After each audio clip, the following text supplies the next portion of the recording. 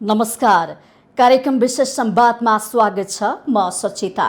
विशेष संवादमा आज हामी नेपालमा कृषि र किसानको अवस्थाको विषयमा संवाद गर्दैछौँ।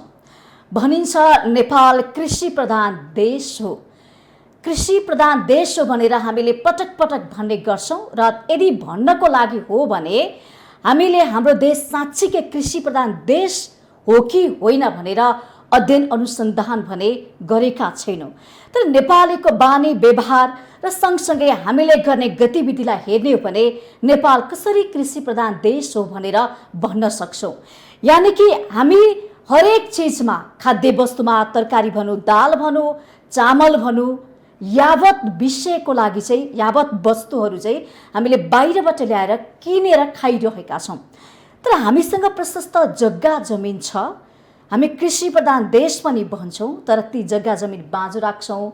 हामीले त्यसलाई भरपुर जुन उपयोग गर्नुपर्ने हो नगरिकन त्यत्तिकै खाली छोडेर फले फल्छ नफले फल्दैन भनेर बेवास्ता गरेर बाहिरबाट महँगोमा वस्तु किनेर खरिद गरेर खान बाध्य छौँ। आज हामी विशेष गरी सरकारले पनि नेपाललाई विकासको लागि, समृद्धिको लागि कृषि क्षेत्र पहिलो आधार हो। अब हामी कृषिबाटै परिवर्तन सँगसँगै आत्मनिर्भर बन्न सक्छौँ भनेर यो कुरालाई अगाडि सारेको छ। सँगसँगै कृषि क्षेत्रमा आबद्ध विज्ञहरूले, किसानहरूले, उद्यमीहरूले, व्यवसायीहरूले अब हामी कृषिमा परनिर्भर होइन आत्मनिर्भर बन्नुपर्छ। कृषिबाट मनग्गै आम्दानी गर्न सक्छौँ। अब कृषिलाई हामीले व्यवसायीकरण गर्नुपर्छ। पहिलाका पुस्ताले परम्परा खेती भन्दा पनि आधुनिक तरिकाबाट कृषि औजारहरू प्रयोग गरेर हामीले उत्पादन बढाउन सक्छौँ र हामीलाई पर्याप्त चाहिने ती खाद्य वस्तु हामीलाई पुगेपछि हामीले निर्यात पनि गर्न सक्छौँ भनेर अहिले यो विषय छलफल चर्चा पनि बनेको छ र विभिन्न ठाउँमा कृषि राष्ट्रिय किसान आयोग लगायतका थुप्रै यस्ता आयोगहरू पनि गठन भएका छन्। यानि कि तिनीहरूले किसानलाई भएको समस्या, राज्यले किसानलाई हेर्ने दृष्टिकोण, अनुदानको कुरा, लगानीका कुरा, सिँचाइको कुरा, बिउ बिजनको कुरा, यावत विषयमा चाहिँ सपोर्ट मिलोस् र कृषिमा केही विकास होस् भनेर धेरै व्यक्तिहरू लागिरहनु भएको छ। आज हामी यसै सन्दर्भमा विगत केही वर्षदेखि नुवाकोटमा रहेर उहाँले एउटा कृषि फार्म खोल्नु भएको छ, कृषि पेसा अपनाउनु भएको छ र कृषिबाट धेरै उपलब्धि पनि हासिल गर्नुभएको छ। धेरै मान्छे कृषि पेसामा लागे निराश हुनुहुन्छ, केही छैन, वर्षौँभरि लगानी गर्यो, आखिर त्यो बिचैमा सखा हुन्छ, असिना पानीले किराले खान्छ भनेर दुखेसो गरिरहनु भएको छ। तर उहाँले भनिरहनु भएको छ, म कृषि पेसामा खुसी छु, सन्तुष्ट छु, मैले उपलब्धिहरू पनि हासिल गरिरहेको छु, आय आर्जन गरेको छु, कृषि पेसाबाट हामीले गर्न सक्छौँ, ढिलो चाँडो कमाउन सक्छौँ भनिरहनु भएको छ। हामीसँग हुनुहुन्छ एकजना कृषि उद्यमी पुरुषोत्तम अधिकारीजीलाई आजको कार्यक्रम विशेष संवादमा हामीले निम्ताएका छौँ। यहाँलाई स्वागत छ। आराम हुनुहुन्छ? ठिक छ।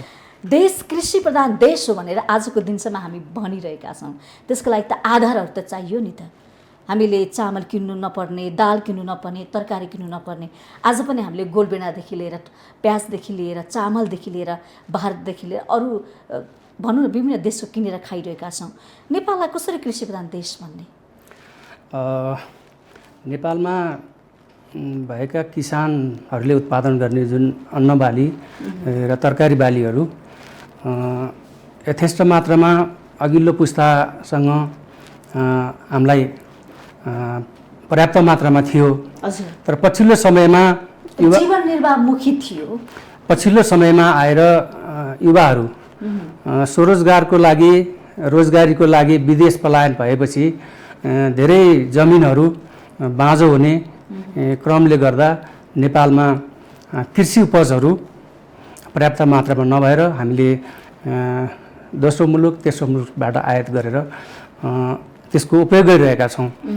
त्यस अर्थमा नेपालमा जुन कृषि प्रधानको एउटा देश भनिन्छ, तर हामीले अधिकांश अरबौँको चाहिँ कृषि उपजहरू बाहिरबाट आयात गर्छौँ। त्यो एउटा दुःखद कुरा हो। त्यसलाई अन्त्य गर्नको लागि हामीले कृषिलाई एउटा व्यावसायिक र उद्यमशील कृषि प्रणालीको एउटा विकास गर्न हामी युवा वर्गहरू यसमा लागि पर्नुपर्छ र सरकारले पनि यसमा सहजीकरणको भूमिका निर्वाह गर्नुपर्छ। जस्तो यहाँले भन्नुभयो अहिले कृषि क्षेत्रको वास्तविक चरित्रको कुरा गर्ने हो भने खाद्य लगायतका ती वस्तुहरू हामीले अर्बौं रूपमा किनिरहेका छौँ। दोस्रो तेस्रो मुलुकबाट आयात भइरहेका छन् होइन। हामी त्यसैको भर परेर बसेका छौँ र हामी जस्ता किसानहरू पनि खेतीपाती त गर्नुभएको छ फाटाफुट्टा रूपमा, तर त्यो पर्याप्त छैन होइन। अब सरकार भन्छ कि देश कृषि प्रधान देश हो, हाम्रो परिचय यसैमा छ, अब हामीले चाहिँ किसानलाई प्रोत्साहन गरेर काम गर्नुपर्छ, खेतबारी बाँझो राख्नु भएन, युवालाई देशमै फर्काएर कृषिमै आकर्षित गर्नुपर्छ भनिरहेको छ। यो अवस्थामा सरकारले चाहिँ के गर्नु पर्ला? युवालाई चाहिँ कृषिमै लगाउनको लागि, तपाईँ जस्तो किसानहरूलाई प्रोत्साहन गर्नको लागि, यसबाट आय आर्जन गर्नको लागि चाहिँ कस्ता खालको कार्यक्रम ल्याउनु पर्छ? सरकारले किसानहरूलाई, युवा किसानहरूलाई, अझ त म भन्छु युवा उद्यमी किसानहरूलाई जो वैदेशिक रोजगारमा हुनुहुन्छ अथवा स्वदेशमै हुनुहुन्छ र कृषिमा केही गर्न चाहनुहुन्छ, उहाँहरूको लागि अगाडि बढ्नको लागि सरकारले वातावरण पठाइदिनु पर्यो। त्यो वातावरण भनेको के हो भनेदेखि आर्थिक रूपमा, फाइनेन्सियल रूपमा सहयोग गर्नु पर्यो, त्यसको वातावरण बनाइदिनु पर्यो, ब्याङ्किङ क्षेत्रहरूसँग समन्वय गरिदिनु पर्यो र अनुदानको पनि व्यवस्था गर्नु पर्यो। अनुदानको व्यवस्था त छ अहिले, तर त्यो सीमित व्यक्तिहरूसँग जसको पहुँच छ, जो राजनीतिमा अलिकति दखल लाग्छन्, जसको आफ्ना कार्यकर्ताहरूसम्म पुर्याउने काम भइरहेको छ, त्यसलाई जो बोल्न सक्छ, ती व्यक्तिहरूमा मात्र सीमित छ। त्यो अनुदानलाई उसको कार्यक्षमताको आधारमा उसले त्यसलाई इम्प्लिमेन्ट गरेको छ कि छैन, त्यो अनुदान लिएर काम गरेको छ कि छैन, त्यसको पुनर्ताजगी पनि हुनु पर्यो, सरकारले गर्नु पर्यो।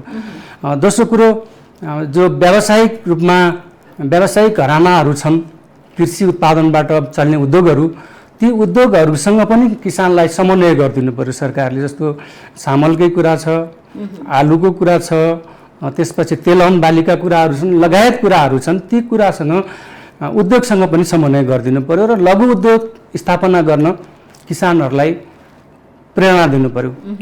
म तपाईँलाई एउटा उदाहरण दिन्छु। धेरै वर्षदेखि 20औं वर्षदेखि तराईमा उखुको एउटा समस्या छ। एकदम किसानले उत्पादन गर्नुहुन्छ, बजारसम्म लानुहुन्छ, त्यसको पैसा पाउनुहुन्न, 1 वर्ष 2 वर्ष पुग्दा पनि पाउनुहुन्न।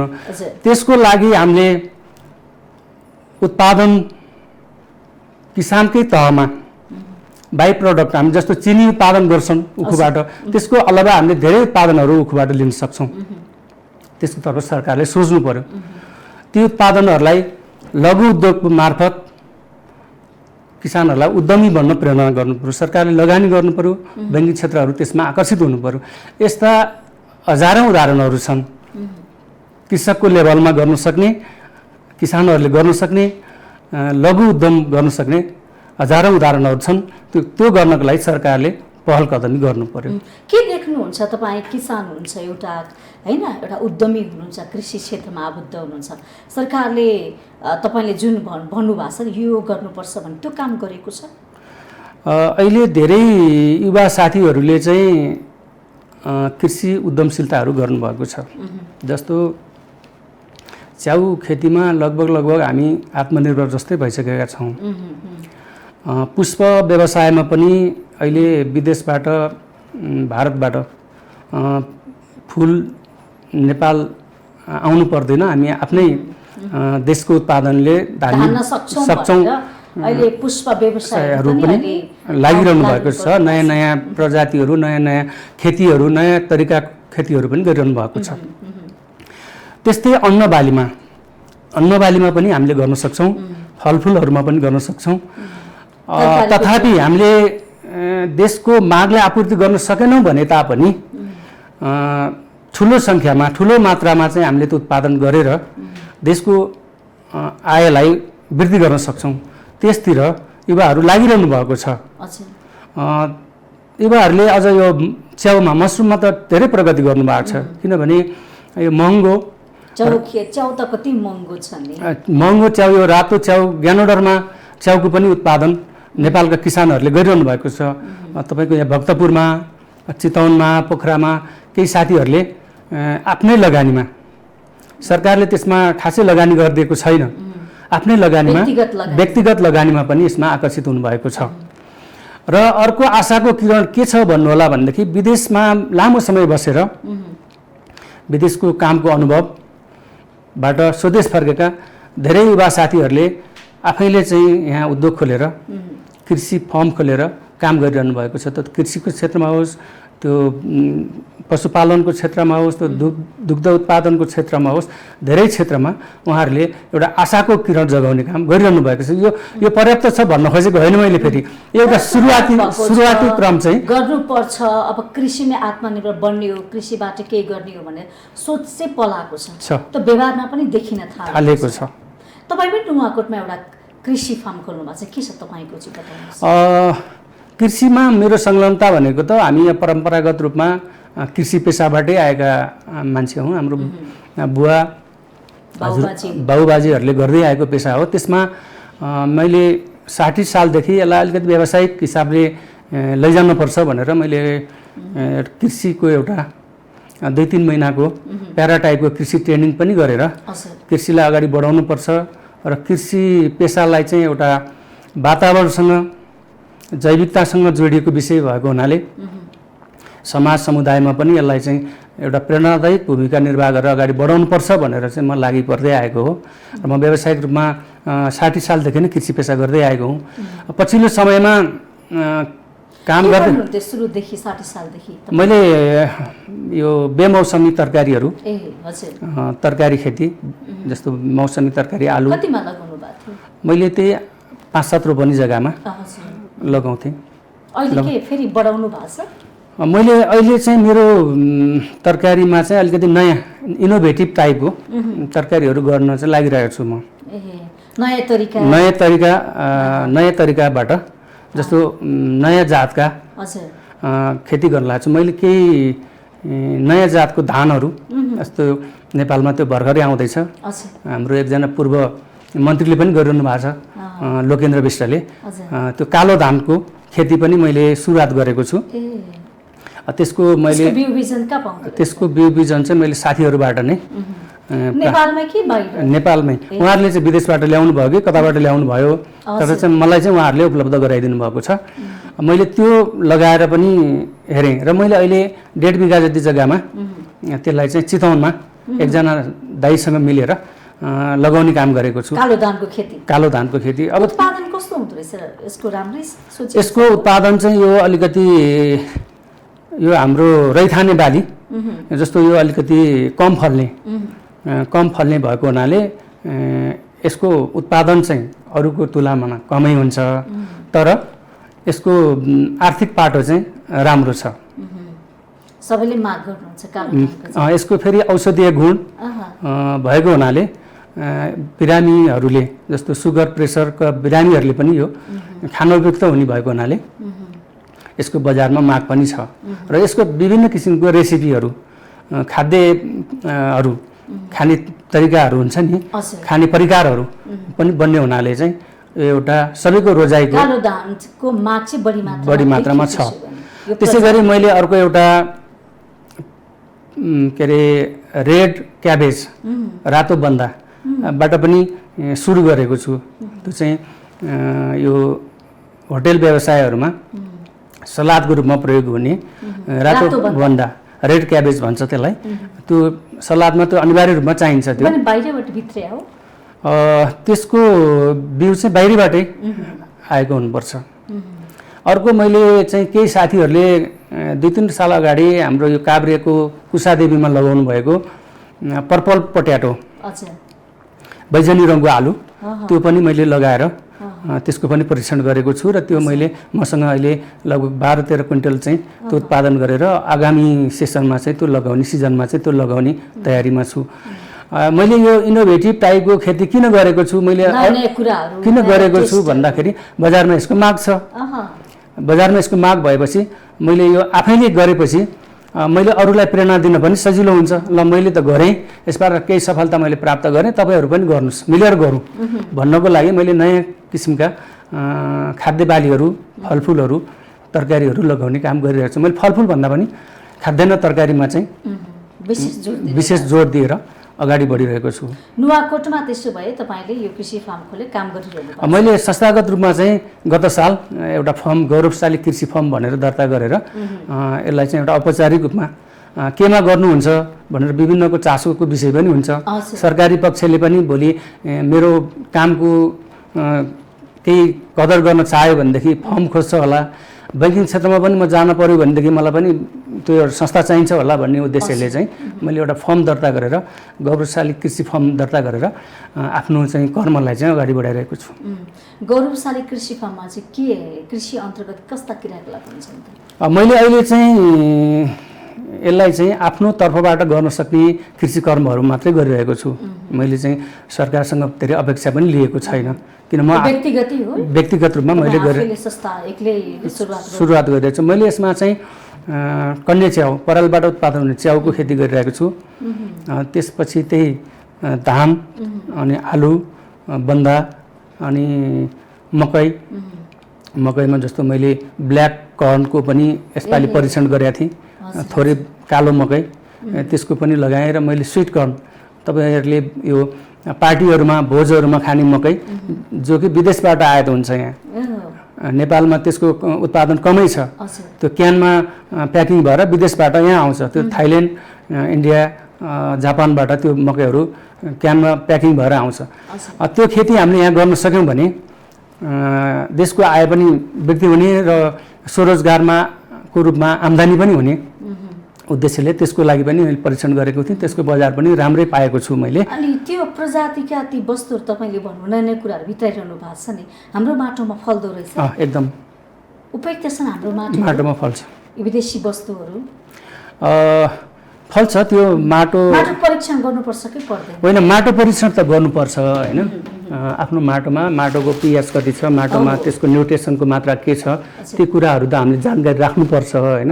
एउटा किसान भइसकेपछि ती विषयमा जानकारी भएन भने त्यसबाट कसरी थाहा पाउने? तपाईँ पो अब देख्नु भएको छ, बुझ्नु भएको छ होइन, तपाईँले त्यो गर्न सक्नुहुन्छ। तर धेरै किसान परम्परादेखि चल्दै आएका छन् नि त, पुर्खाले जे गरे त्यही गरे। अब परम्परागत कृषिबाट हाम्रो नेपालको कृषि प्रणाली केही परिवर्तन हुँदै आइरहेको छ, किनभने पढे लेखेका पुस्ताहरू अब कृषिमा आइरहनु भएको छ। त्यो भएको हुनाले अब जाँच्नु पर्ने कुराहरू अब उहाँहरूले त्यो जान्नुहुन्छ कि माटो परीक्षण चाहिने, त्यसमा हाल्नुपर्ने खाद्य तत्त्वहरू के हुन्, खेती गर्ने विधि तरिका, मलको मात्रा कति बनाउने, ती कुराहरू अब किसानहरूले बिस्तारै त्यो सिक्दै आउनु भएको छ, जान्दै आउनु भएको छ। र ती कुराहरू कृषि ज्ञान केन्द्रहरूले पनि त्यसको बारेमा जानकारी दिँदै आइरहेको छ। तालिमहरू भएको छ कृषि सम्बन्धी किसानहरूलाई, कृषि समूहहरूलाई कसरी खेती गर्ने, कृषि समूहहरूलाई तालिमको व्यवस्था सरकारले गरेको छ। त्यो पर्याप्त मात्रामा छैन, तैपनि किसानहरूले मलाई यो तालिम चाहियो, मलाई यो कुरा जानकारी चाहियो भन्ने एउटा संस्था छ।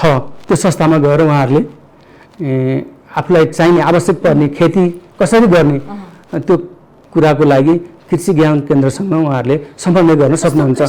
त्यसको लागि हामी जस्तो अगुवा किसानहरू जो उद्यमी किसानहरू छ उहाँहरूले पनि त्यसको लागि प्रेरणा दिनुपर्छ, उहाँहरूलाई सिकाउनुपर्छ, अगाडि बढाउनुपर्छ र सँगसँगै डोर्याएर अगाडि लैजाँदाखेरि एकजना व्यक्तिले मात्रै गर्नेको उद्यमशीलता व्यवसाय त्यो फस्टाउन सक्दैन।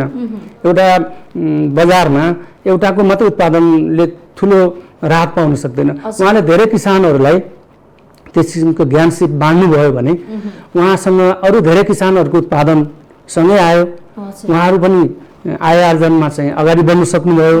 कृषिप्रति मोह जाग्यो हजुर, त्यो पनि हुन सक्छ नि त।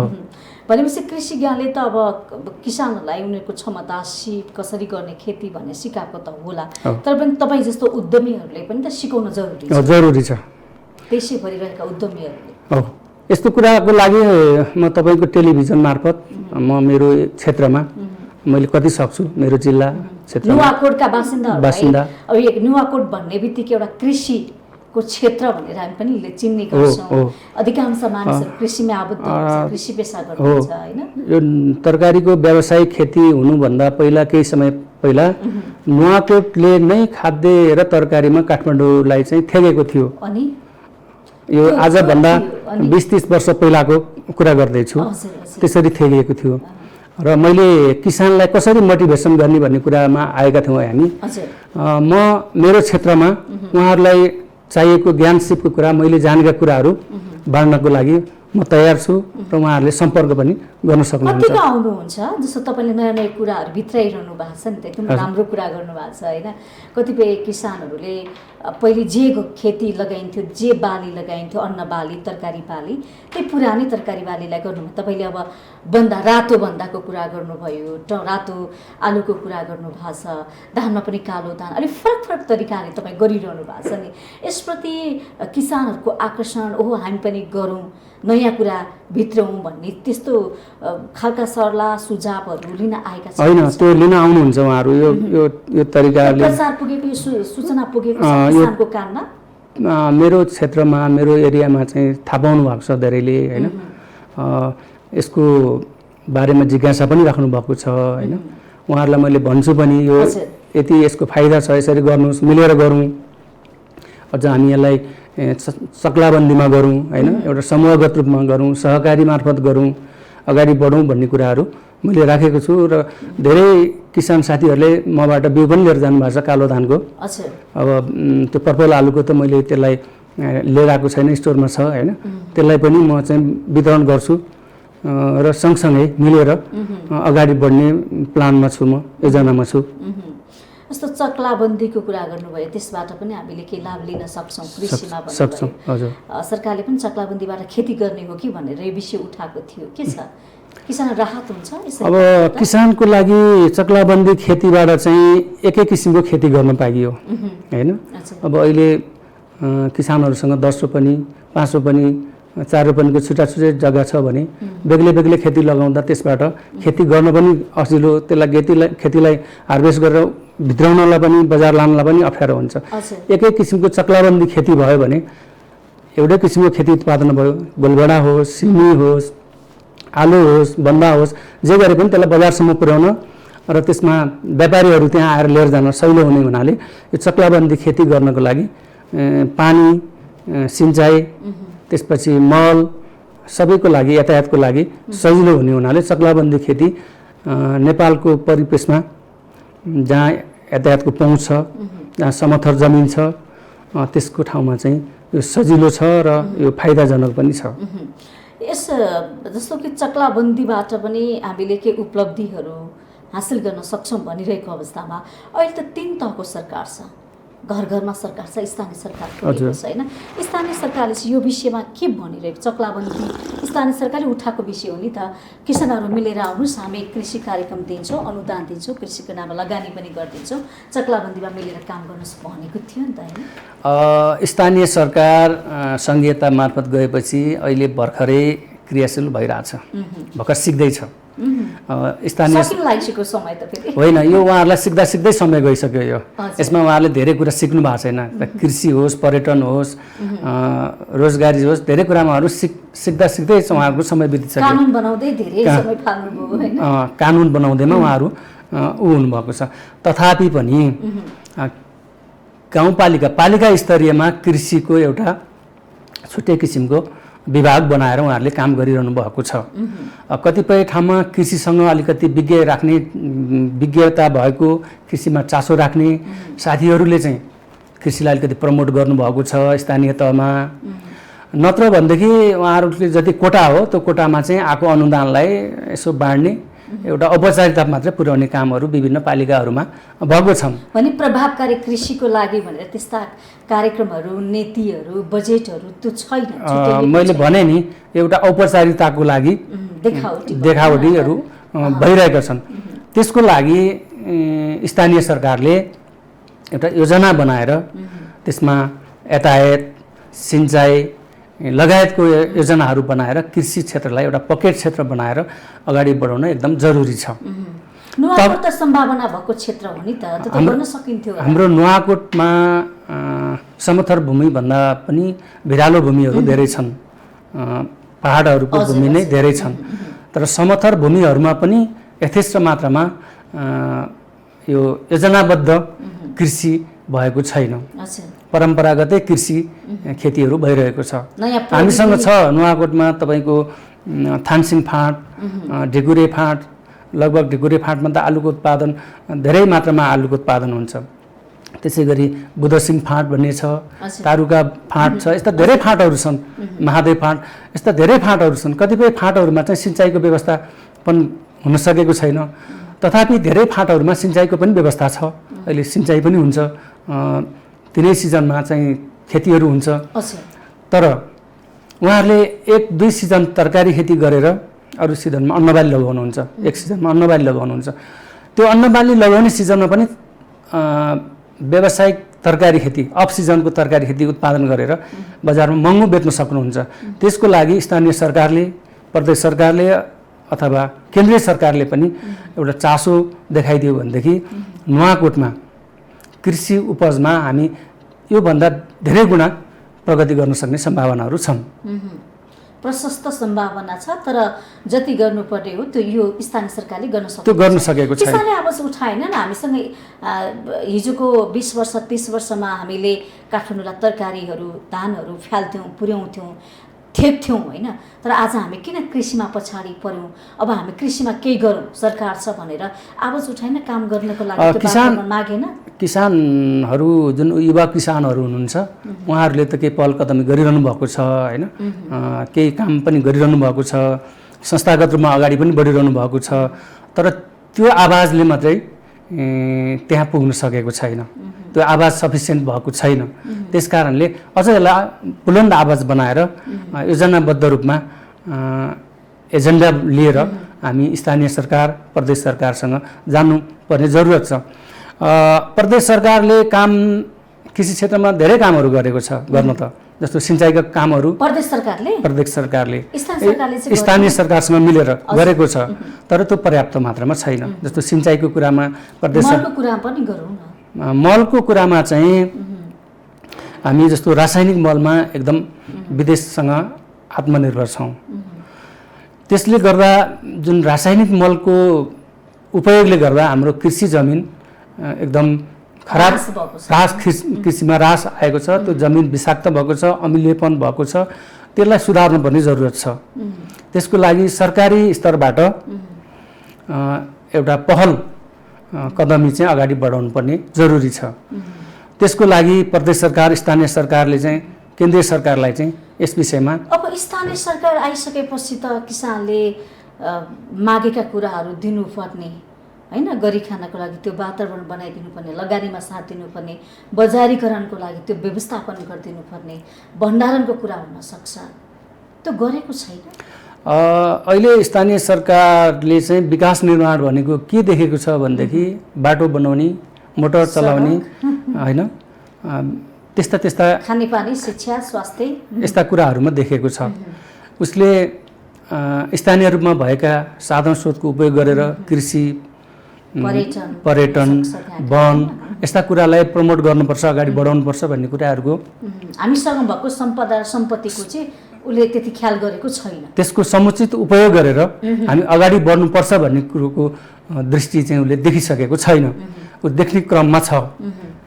त्यो भएको हुनाले त्यसलाई जबसम्म हामी त्यसको प्रवर्धन गरेर अगाडि बढ्न सक्दैनौँ तबसम्म स्थानीय रूपमा केन्द्रीय सरकारले, प्रदेश सरकारले दिएको बजेटले मात्रै हामी स्थानीय रूपमा सशक्त भएर अगाडि बढ्न सक्दैनौँ। नुवाकोटका बासिन्दा कृषिमै केही परिवर्तन प्रगति गर्न चाहन्छन् कि? नुवाकोट यस्तो जैविक विविधताको ठाउँ छ। हुन त नेपालमा सबै ठाउँमा जैविक विविधता छ, तैपनि नुवाकोटमा मधेस जस्तो गर्मी ठाउँ पनि छ, मध्य उष्ण समउष्ण ठाउँहरू पनि छ र लेकाली भूभागहरू पनि छ।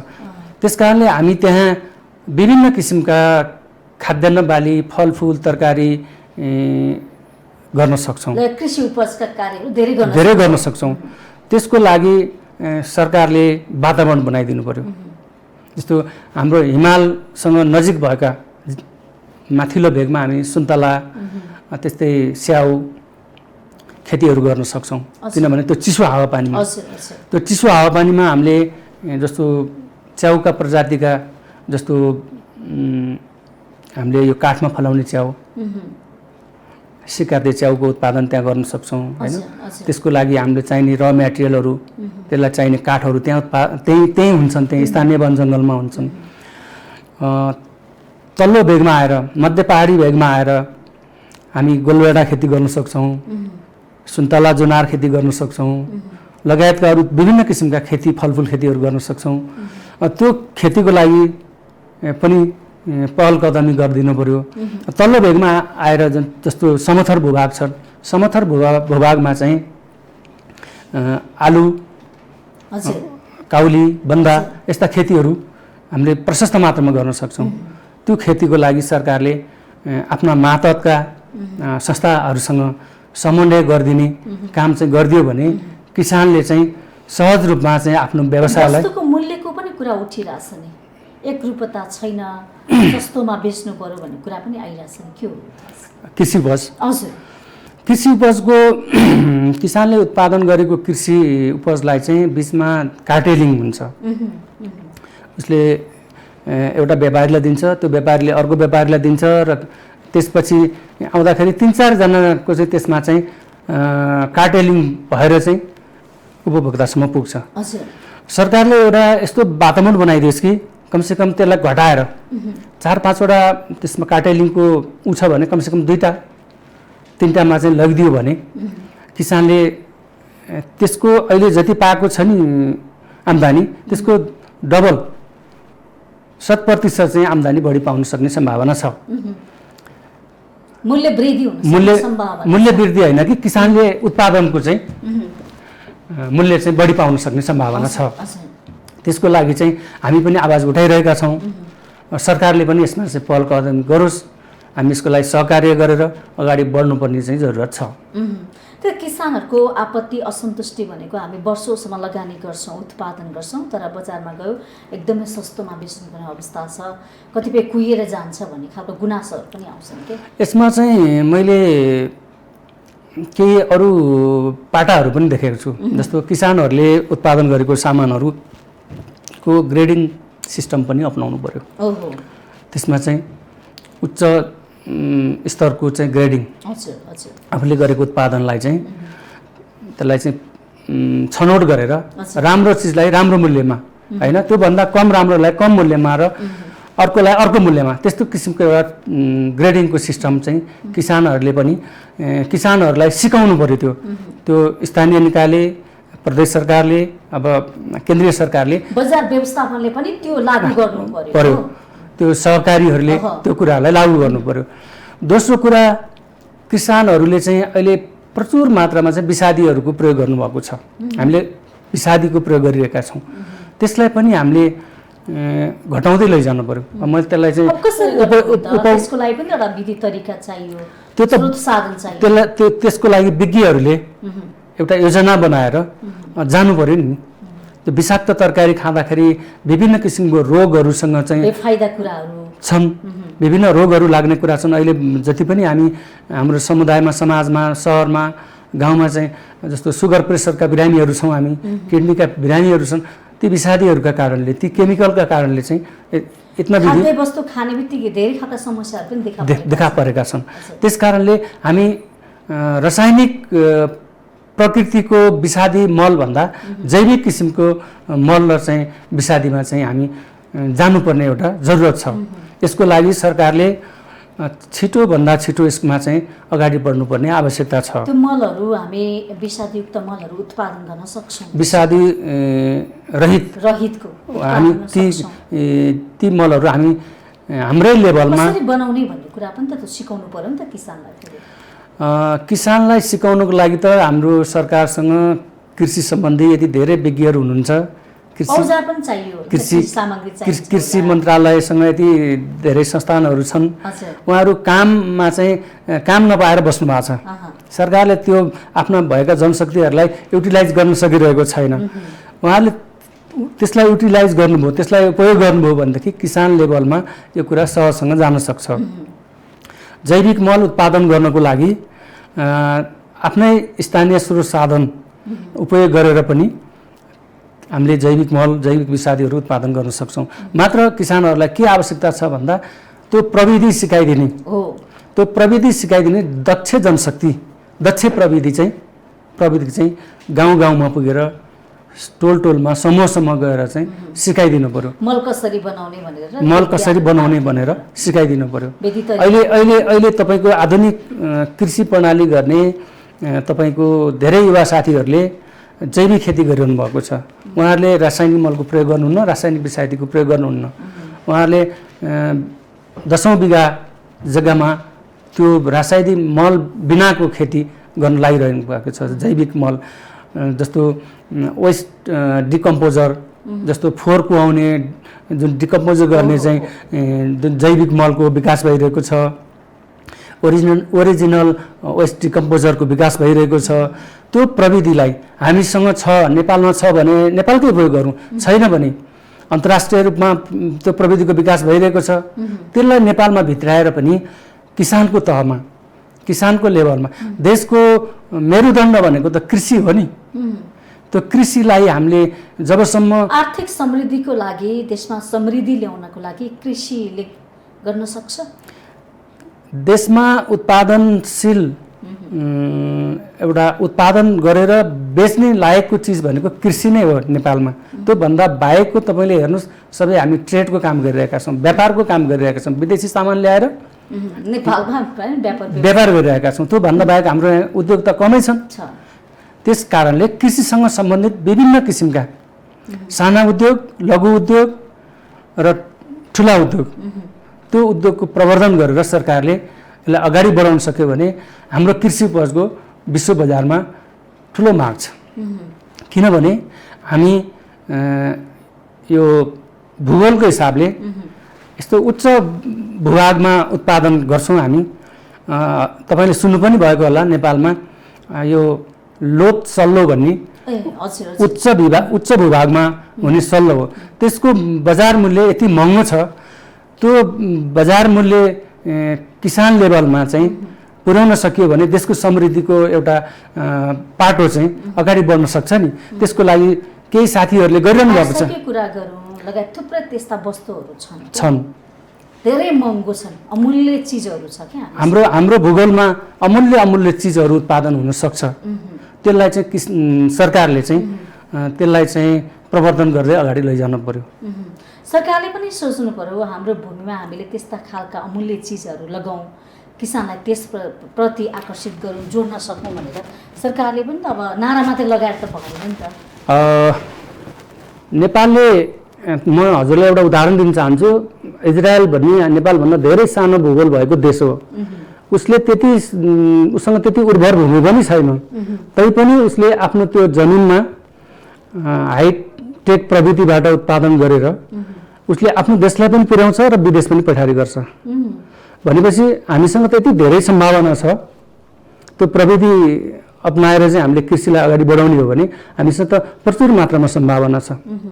हामीले हिमाली भेगमा गर्न सक्ने एर्सा गुम्बाको खेती गर्न सक्छौँ, तराईतिर गर्न सक्छौँ, पहाडतिर गर्न सक्छौँ, पहाडमा गर्न सक्छौँ। त्यो माटो, त्यो भूगोल सुहाउँदो खेती गर्न सक्छौँ। हामीले बहुमूल्य केसर खेती गर्न सक्छौँ हामी हिमाली भेगमा। त्यो खेतीको लागि सरकारले वातावरण बनाइदिनु पर्यो। कानुनी प्रावधानहरू छन्, जटिलताहरू छन्, त्यो जटिलताहरूलाई तोडेर त्यसलाई सहजीकरण गराइदिनु पर्यो। नीति नियम अलिक अप्ठ्यारो भयो काम गरी खानलाई। कतिपय खेतीको लागि नीतिगत रूपमा अप्ठ्यारो पनि छ। जस्तो कृषि नीतिहरू हो, उत्पादन भएका चिजहरू बजारमा ल्याउन पनि अप्ठ्यारो छन्। जस्तो केसर खेती तपाईँ हामीले चाहेर गर्न सक्दैनौँ। त्यसको लागि सरकारसँग अनुमति लिनुपर्छ, वनसँग अनुमति लिनुपर्छ। कतिपय खेतीहरू वनसँग स्वीकृति नदिकन गर्न सकिँदैन। त्यस कारणले त्यस्ता कुराहरूलाई सहजीकरण गर्ने काम सरकारले गर्नुपर्छ। नीतिमा परिवर्तन गर्नुपर्ने छ कि होइन, त्यसबाट आउन सक्ने नकारात्मक प्रभावहरू के हुन् त्यसलाई मध्यनजर गरे हुनसक्छ। त्यसबाट अप्ठ्यारो कुराहरू आउन सक्छ, त्यसलाई रोकथाम गर्ने उपायहरू पनि त हुन सक्छन्। त्यो सरकारले त्यसमा पहल कदम पनि गर्नु पर्यो। जस्तो यहाँले थुप्रै कुराहरू राख्नु भएको छ, कृषि सम्बन्धी एउटा उद्यमी पनि हुनुहुन्छ। बजारकै अभावको कुरा पनि हाम्रो भइसकेको छ होइन, सँगसँगै यावत समस्याहरू पनि देखिसकेका छन्। पछिल्लो समय आम मानिसले कौशी खेती गर्न थाले, करेसा खेती, सानो एउटा ठाउँमा भने त धेरै कुराहरू फलाउन थाल्नु भएको छ कि एउटा लहरै चलेको छ। सहरीदेखि ग्रामीण भेगहरूमा चाहिँ अब हामीसँग भएका जे जति जायजेता छ यसलाई खाली राख्नु हुँदैन। पहिले आफै फल्थ्यो भने अहिले चाहिँ आफै रोपेर पनि फलाउन लाग्नु भएको छ क्या। के कृषिप्रति सबैको मोह जागेको हो अब?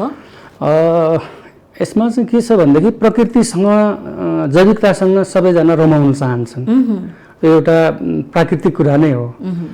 कौशी खेती नेपालमा पछिल्लो समय लकडाउन पछि धेरै नै फस्टायो। कौशी खेती लकडाउनले धेरै कुरा सिकायो पनि।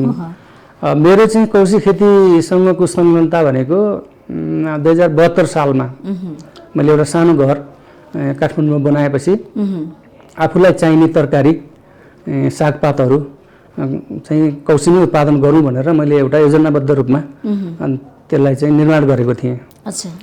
त्यतिखेर भैँचालो आउँदै थियो मैले घर निर्माण गर्दा, र मैले त्यसमा लिएर गएर माटोहरू फिलिङ गरेर कौशीको डिजाइन गर्दै थिएँ। मलाई धेरै साथीहरूले चाहिँ यो गर्नै नहुने काम गरे, कौशीमा लिएर गएर यत्रो चाहिँ भार चाहिँ राखेर कौशी खेती गर्नु राम्रो कुरा होइन भन्नुभयो। मैले उहाँहरूको कुरालाई चाहिँ सुने, तर आफ्नो कर्म गर्दै गएँ।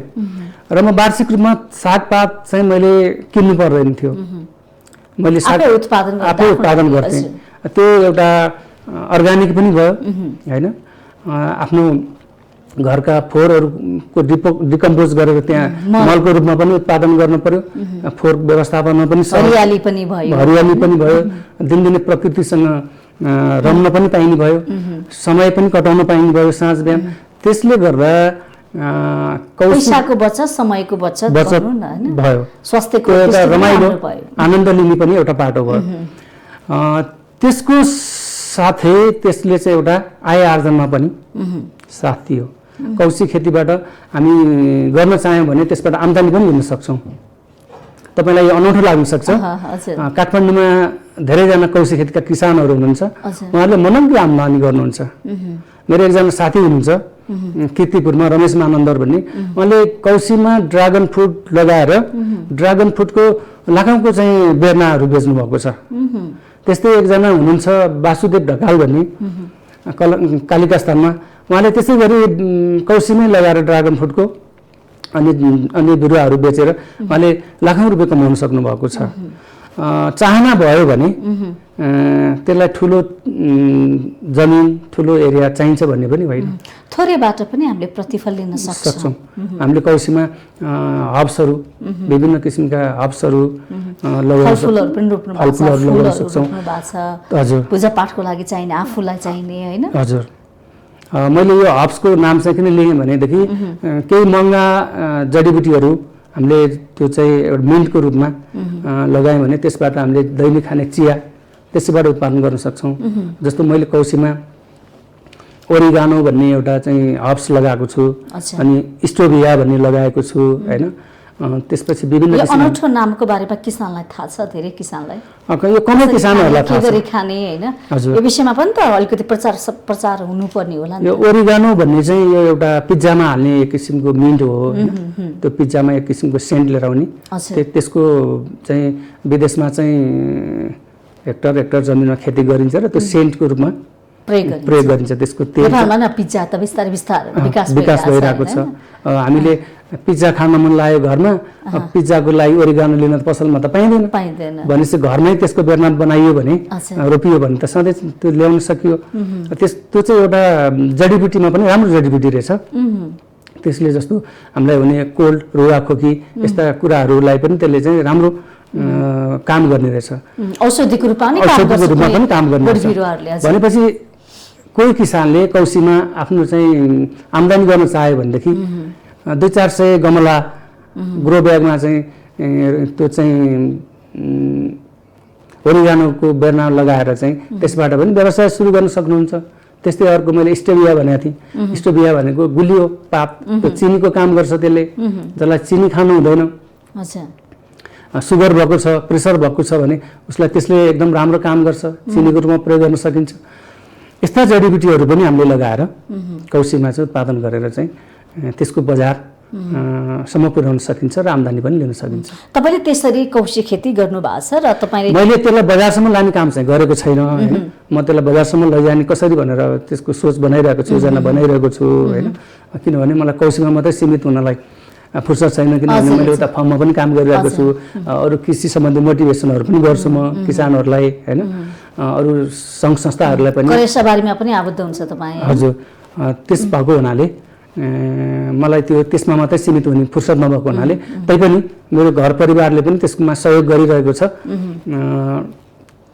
धेरै मानिसहरू कौशी खेती गर्न चाहिरहेका छन् कि तरिका चाहिँ के छ? कसरी गर्यो भने चाहिँ वास्तवमा हामीले सोचेअनुसारको प्रतिफल लिन सक्छौँ? कौशीबाट उत्पादन लिने कुरामा चाहिँ हामीले चाहिँ त्यसमा ठुलो ठुलो रुख हुने, ठुलो ठुलो झाल हुने चिजभन्दा पनि सानो जस्तो साग जातको कुराहरू होइन, लहरामा कम जाने जातको कुराहरू रोज्नु चाहिँ आवश्यकता हुन्छ। जस्तो हामीले सिमी लगायौँ भने, सिमी जातका लगायौँ भने हामीले वार्षिक रूपमा त्यसलाई चाहिँ 12 महिना चाहिँ त्यसको उत्पादन लिन सक्छौँ। सिमी हामी 12 महिना त्यसबाट उत्पादन लिएर खान सक्छौँ। दोस्रो हामीले सागमा चाहिँ जस्तो सलाद सागहरू हुन्छ होइन, हामीले पिज्जाहरूमा बर्गरहरूमा राखेर खाने सलाद साग हुन्छ, अथवा यद्यपि खानामा पनि हामी सलादको रूपमा साग खान सक्छौँ नि। त्यो सलादको सागहरू, स्यान्डविचहरू उत्पादन गर्न सक्छौँ।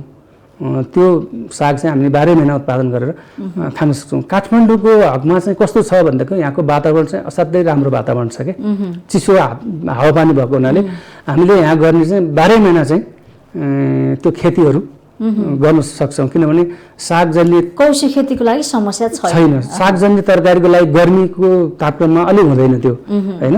त्यसलाई हाइटेक प्रविधि अपनाउनु पर्छ भने काठमाडौँमा चाहिँ वर्षाको पानीलाई चाहिँ हामीले कन्ट्रोल गऱ्यौँ, त्यसलाई चाहिँ छेक्यौँ भने हामी यहाँ 12 महिना साग उत्पादन गरेर सागजन्य चाहिँ तरकारी उत्पादन गरेर खान सक्छौँ। त्यो एउटा राम्रो पक्ष चाहिँ काठमाडौँको हावापानी, त्यसको लागि चाहिँ असाध्यै राम्रो हावापानी छ।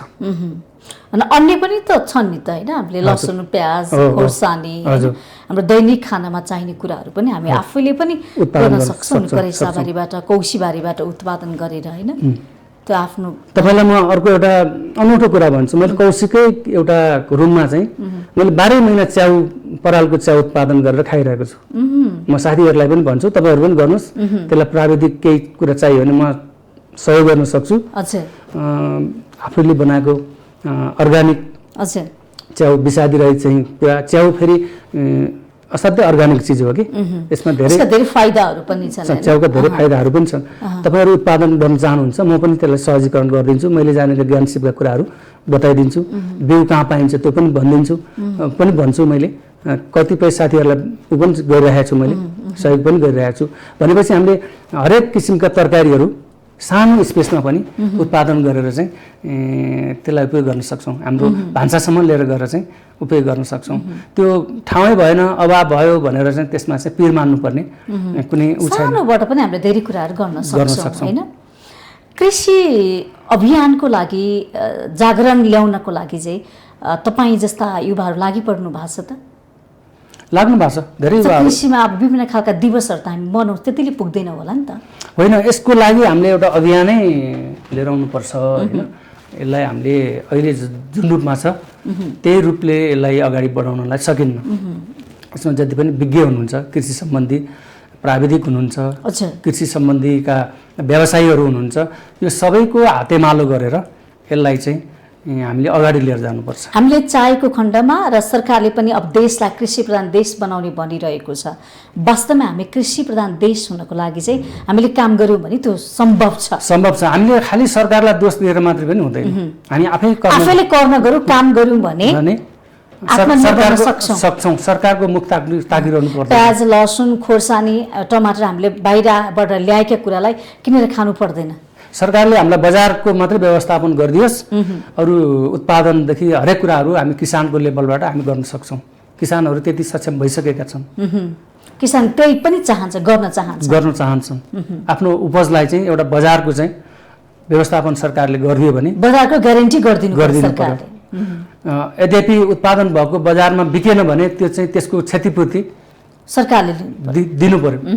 त्यो भयो भने किसानले चाहिँ ढुक्क भएर खेती गर्न सक्छन्। र नेपालमा विदेशमा भएको 20औं लाख चाहिँ युवाहरूले स्वदेशमै बसेर आय आर्जन गर्न सक्छन्। हस्, समयको लागि यहाँलाई धेरै धेरै धन्यवाद। हस्, मलाई पनि समय दिनुभयो, आफ्नो कुरा राख्ने मौका दिनुभयो, कौशी खेती र व्यावसायिक कृषि उद्यमको बारेमा बताउने अवसर दिनुभएकोमा धेरै धेरै धन्यवाद। हस्, आज हामीले कार्यक्रम विशेष संवादमा पुरुषोत्तम अधिकारी ज्यूलाई निम्ताएका थियौँ। कार्यक्रमबाट म पनि बिदा हुन्छु। बिजनेस प्लस टेलिभिजन एसडी हेर्दै गर्नुहोला। नमस्ते।